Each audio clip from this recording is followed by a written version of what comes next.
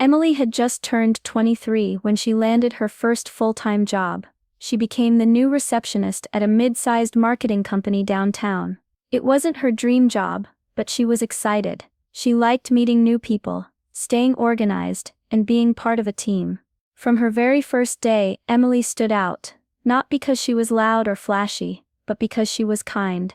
She greeted everyone with a warm smile, remembered names quickly, and always asked how people were doing.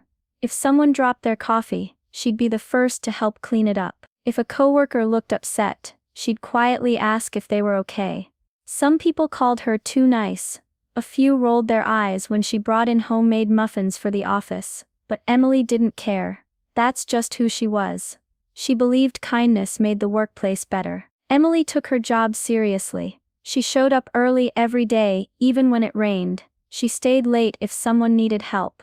She organized the supply closet, fixed the copier when it jammed, and never complained, not even once. Even when people were rude or ignored her, she kept smiling. Not because she was fake, but because she truly believed in treating others the way she wanted to be treated. To most, she was just the receptionist, but to the people who actually paid attention, Emily was the heart of the office, even if they didn't realize it yet. She thought she had found a place where she could grow. She didn't know things were about to take a very strange turn. For the first few weeks, Emily felt like she was fitting in well. She smiled and chatted with her coworkers during breaks. She laughed at their jokes and shared little stories about her life. But slowly, something changed.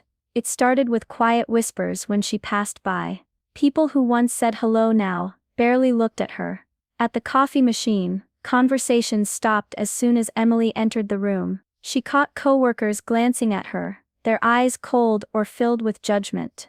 It was as if she had suddenly become invisible, or worse, unwelcome.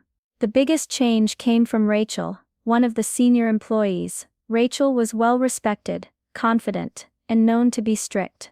At first, Emily thought Rachel was just busy, but soon the senior woman's attitude felt personal. Rachel no longer smiled or nodded when Emily greeted her. Instead, her stare was sharp, almost like a warning. Emily didn't understand. Had she done something wrong? She replayed every conversation in her mind, searching for any moment she might have said the wrong thing, or overstepped a boundary. Was her friendliness too much, too personal? The more she worried, the more anxious she felt. Her hands trembled slightly when she answered phones, and her smile felt forced. She wanted to ask someone what was going on, but no one gave her a clear answer. The office, once full of warmth, now felt cold and quiet. Emily began to doubt herself. Was she really too friendly? Had her kindness somehow become a problem? The questions haunted her every day, and she felt more alone than ever. One afternoon, just as Emily was finishing her lunch, she got a message from HR asking her to come to their office immediately. Her heart sank. She had no idea what it could be about. Inside the small cold HR room, the manager sat behind her desk with a serious expression. Without much warning, the manager told Emily that the company had received complaints about her. The words hit her like a wave. Emily was said to be too friendly, flirty, and making others feel uncomfortable. Emily's mouth went dry. She stared at the manager, stunned. She had never thought her kindness could be seen this way. She tried to ask who made these complaints, hoping to clear up a misunderstanding, but the HR manager shook their head. They refused to name anyone. "I was just being kind," Emily said softly, her voice shaking. "I didn't mean anything more. I just wanted to help people." The HR manager nodded, but didn't look convinced. "We've considered everything, and we believe this just isn't a good fit for the company," they said flatly. "We're going to have to let you go, effective immediately." Emily felt the room spin. She blinked back tears and slowly packed up her things into a small box, a few notebooks, her favorite coffee mug, a plant she had brought for her desk. Everything felt unreal, like a bad dream she couldn't wake up from. She left the office holding the box tight, her eyes wet, heart heavy with confusion and pain. How could being kind end like this? She didn't know it yet, but this was just the beginning of a fight she never expected to face. At home, Emily sank into her couch and let the tears fall freely. She couldn't stop asking herself over and over, How did being kind become a reason to lose my job? Her heart felt heavy, and her confidence was shattered. The warm smiles she once shared felt like distant memories. Now all she felt was hurt and confusion. For days, Emily barely left her apartment. She felt small and lost, wondering if maybe she had done something wrong without realizing it. The pain of being judged for simply being herself was almost too much to bear. Then one evening, her best friend Jasmine showed up at her door with a smile and a big hug. Jasmine had known Emily since college, and she wasn't about to let her friend suffer alone. Sitting together, Jasmine listened as Emily poured out everything: the firing, the accusations, the fear. "Emily, you didn't do anything wrong," Jasmine said firmly. "Being kind isn't a crime. This sounds like something else.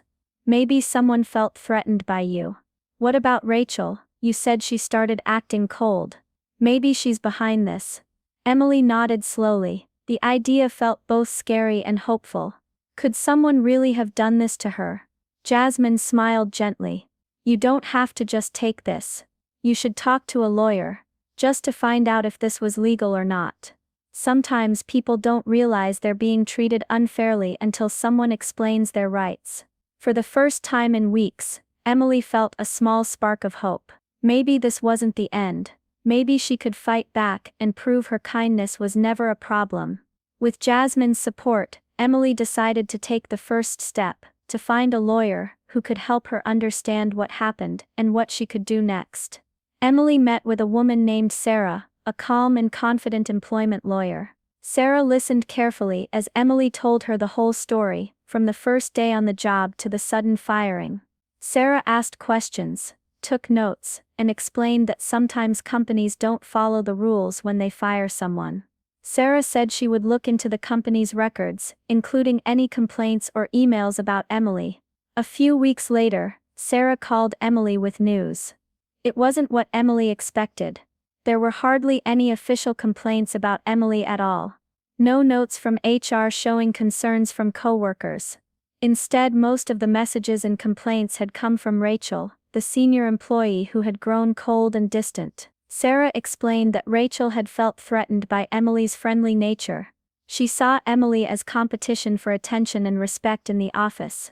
Rachel had convinced a small group of coworkers to back her up, even though they didn't really feel uncomfortable. HR hadn't investigated properly. They had simply trusted Rachel's story and fired Emily without warning or proof. Sarah said this was called wrongful termination. Emily had a strong case to fight back, because the company hadn't followed the rules or given her a chance to fix anything. Emily felt a mix of emotions: anger, relief, and determination. She wasn't just a too friendly receptionist, she was a person who had been unfairly pushed out because someone was jealous. Sarah promised to help Emily stand up for herself, not just for her own sake, but for anyone who might face the same unfair treatment. Emily felt stronger than she had in weeks. She was ready to take back control of her story. With Sarah by her side, Emily filed a lawsuit against the company. It wasn't an easy decision, but she knew it was the right one. This wasn't just about her, it was about standing up for fairness, and for all the people who might be punished for being themselves. The company didn't want the story to get out. They tried to settle quietly, hoping Emily would accept some money and stay silent. But Emily refused to back down. She wanted a real apology, and a promise that no one else would be treated like she was. As news of her case spread, people began to take notice. Social media lit up with messages supporting Emily. Many shared their own stories about being unfairly judged or fired for simply being kind or different. The story touched a nerve. The company's reputation started to suffer. Employees whispered about the lawsuit in the halls, and management grew nervous. After weeks of back and forth, the company agreed to a public apology, compensation for Emily, and changes to their HR policies to prevent future wrongful firings. Emily felt a sense of victory, but she also felt something deeper. She had stood up for herself in a world that often tells women to be quiet or to fit in. She had refused to let her kindness be used against her. The experience changed Emily. She wasn't the scared, confused girl who cried on her couch anymore. She was someone who knew her worth, and had the courage to fight for it. Though she didn't return to that company, Emily found a new job at a non-profit organization that valued kindness and respect. It was a place where she could be herself, and where her warmth was a strength, not a weakness. Emily's story didn't end with losing her job, it became a powerful lesson about standing tall, even when the world tries to push you down. Emily never went back to that marketing company. Instead, she found a new path where kindness was valued, not punished. She started working at a non-profit that helped people in need, where her friendly nature was seen as a gift, not a problem. Her confidence grew stronger every day, she no longer doubted herself or felt ashamed for being kind. Instead, she used her story to help others who might be going through something similar. Emily began sharing what happened to her on social media and in small community talks. She wanted people to know it's okay to be themselves, and that no one should ever be made to feel bad for being kind. Sometimes the hardest moments in life feel like the end of the road. But for Emily, losing her job was the start of something new. She learned that standing up for yourself takes courage, and that kindness is never a weakness. Emily's story reminds us all, when others try to bring you down, don't let them. Hold on to your light and never be afraid to fight for who you are. Because sometimes the greatest strength comes from simply being yourself.